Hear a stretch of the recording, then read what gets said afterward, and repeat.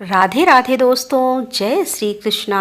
आज की कथा में आप सभी भक्तों का हार्दिक स्वागत है। भगवान श्री कृष्ण और श्रीमती राधा रानी की कृपा सदैव आप पर और आपके समस्त परिवार पर बनी रहे।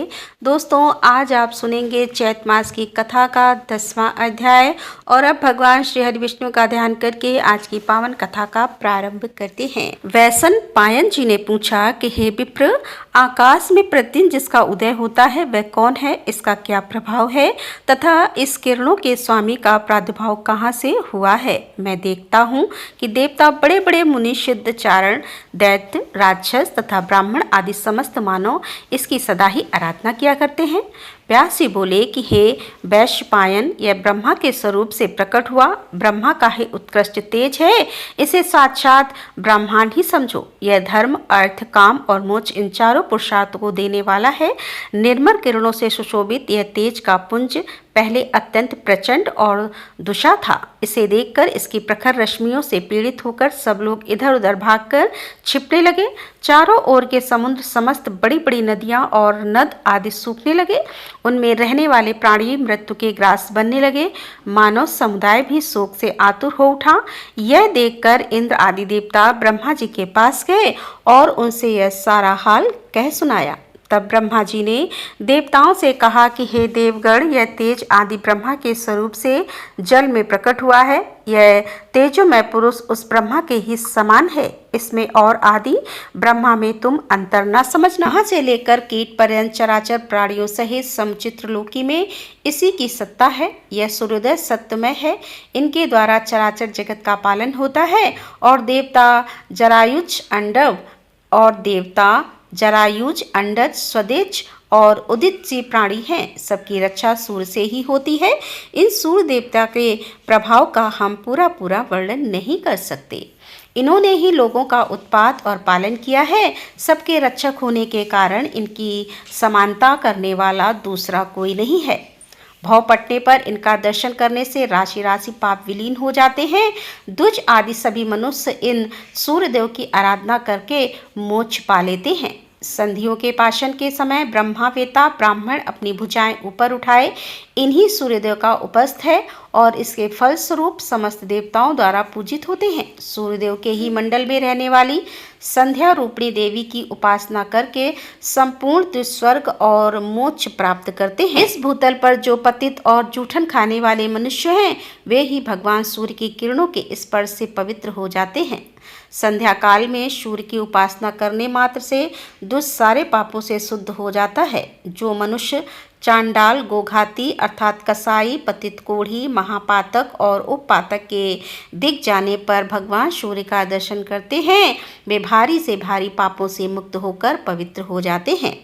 सूर्य की उपासना करने मात्र से मनुष्य को सब रोगों से छुटकारा मिल जाता है। और जो सूर्य की उपासना करते हैं वे लोक और परलोक में भी अंधे, दरिद्र, दुखी और शोकग्रस्त नहीं होते। श्री विष्णु और शिव आदि देवताओं के दर्शन से सब लोगों को नहीं होते, ध्यान में ही उनके स्वरूप का साक्षात्कार किया जाता है।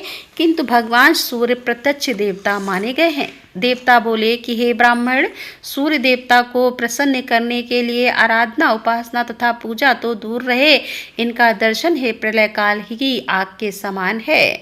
भूतल के मनुष्य आदि संपूर्ण प्राणी इनके तेज के प्रभाव से मृत्यु को प्राप्त हो गए। समुद्र आदि जलाशय नष्ट हो गए। हम लोगों से भी इनका तेज सहन नहीं होता, फिर दूसरे लोग कैसे सह सकते हैं। इसीलिए आप ही ऐसी कृपा करें जिससे हम लोग भगवान सूर्य का पूजन कर सकें, सब मनुष्य भांति पूर्वक सूर्योदय की आराधना कर सके। इसके लिए आप ही कोई उपाय करें। व्यास जी कहते हैं कि देवताओं के वचन सुनकर ब्रह्मा जी ग्रहों के स्वामी भगवान सूर्य के पास गए और संपूर्ण जगत का हित करने के लिए उनकी स्तुति करने लगे। ब्रह्मा जी बोले कि हे देव, तुम संपूर्ण संसार के नेत्र स्वरूप और निरामय हो। तुम साक्षात ब्रह्मा रूप हो। तुम्हारी ओर देखना कठिन है। तुम प्रलय काल की अग्नि के समान तेजस्वी हो। संपूर्ण देवताओं के भीतर तुम्हारी ही स्थिति है। तुम्हारे श्री विग्रह में वायु के सखा अग्नि निरंतर विराजमान रहते हैं। तुम्ही से अनंत आदि का पाचन तथा जीवन की रक्षा होती है। हे देव ही से उत्पत्ति और प्रलय होते हैं, एकमात्र तुम ही संपूर्ण भुवन के स्वामी हो। तुम्हारे बिना समस्त संसार का जीवन एक दिन भी नहीं रह सकता। तुम ही संपूर्ण लोकों के प्रभु तथा चराचर प्राणियों के रक्षक, पिता और माता हो। तुम्हारी ही कृपा से यह जगत टिका हुआ है। हे भगवान, संपूर्ण देवताओं में तुम्हारी समानता करने वाला कोई नहीं है। शरीर के भीतर बाहर तथा समस्त विश्व में सर्वत्र तुम्हारी ही सत्ता है। तुमने ही इस जगत को धारण कर रखा है। तुम ही रूप और गंध आदि उत्पन्न करने वाले हो। रसों में जो स्वाद है वह तुम्ही से ही आया है। इस प्रकार तुम ही संपूर्ण जगत के ईश्वर और सबकी रक्षा करने वाले सुर हो। हे प्रभु, तीर्थों, पुण्य क्षेत्रों, यज्ञों और जगत के एकमात्र कारण तुम ही हो। तुम परम पवित्र, सबके साक्षी और गुणों के धाम हो। सर्वज्ञ, सबके कर्ता, संहारक, रक्षक, अंधकार, कीचड़ और रोगों का नाश करने वाले तथा दरिद्रता के दुखों का निवारण करने वाले भी तुम ही हो। इस लोकों तथा परलोक में सबसे श्रेष्ठ बंधु एवं सब कुछ जानने और देखने वाले भी तुम ही हो। तुम्हारे सिवा दूसरा कोई ऐसा नहीं है जो सब लोगों का उपकार हो। तब आदित्य ने कहा कि हे महाप्राज्ञ पितामह, आप विश्व के स्वामी तथा सृष्टा हैं। शीघ्र ही अपना मनोरथ बताइए, मैं उसे पूर्ण करूंगा।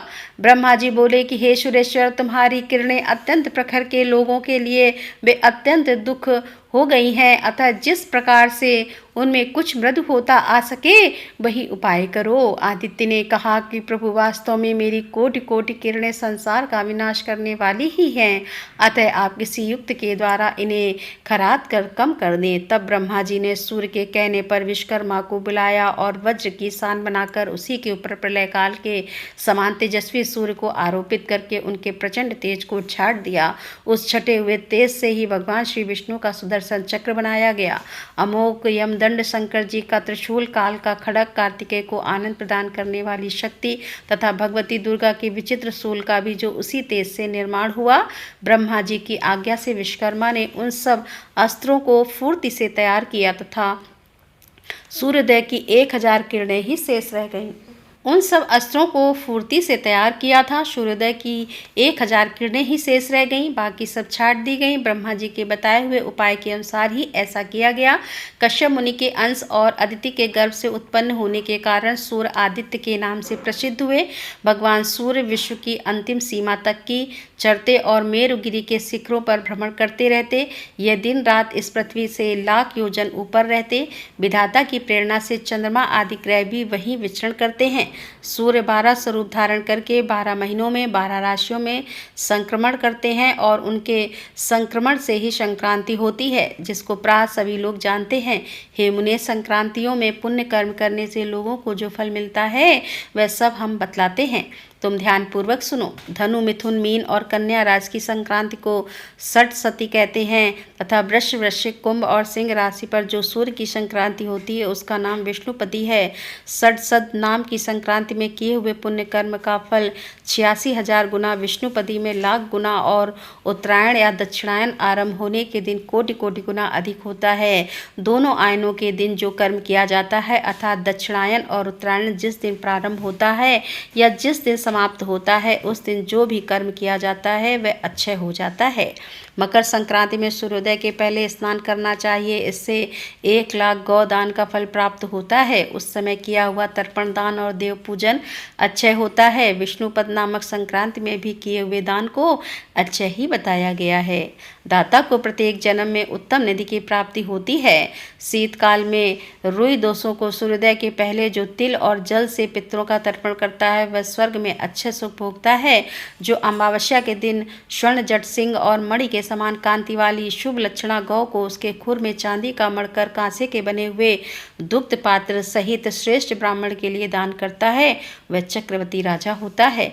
जो इस तिथि को तिल की गाय बनाकर उसे सब सामग्रियों सहित दान करता है वह 7 जन्मों के पापों से मुक्त होकर स्वर्ग लोक में अच्छे सुख का भागी होता है। ब्राह्मण को भोजन के योग्य अन्न देने से भी अच्छे स्वर्ग की प्राप्ति होती है।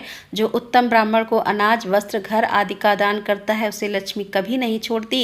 माघ मास के शुक्ल पक्ष की तृतीया तिथि को मन, वचा वह सब अच्छा बताया गया है। अतः दान और सत्पुरुष का पूजन यह परलोक में अनंत फल देने वाले होते हैं। राधे राधे, जय श्री कृष्णा। आज की कथा का यहीं पर समापन करती हूँ। उम्मीद करती हूँ कि आज की कथा आपको जरूर पसंद आई होगी। तो अगर आपको कथा पसंद आई हो तो वीडियो को लाइक कीजिए, ज़्यादा से ज़्यादा शेयर कीजिए, अगर संभव हो तो और कमेंट बॉक्स में राधे राधे लिखना बिल्कुल मत भूलिए। तो दोस्तों, मिलते हैं अगली कथा के साथ। तब तक के लिए राधे राधे, जय श्री कृष्णा, हर हर महादेव, जय भोलेनाथ की।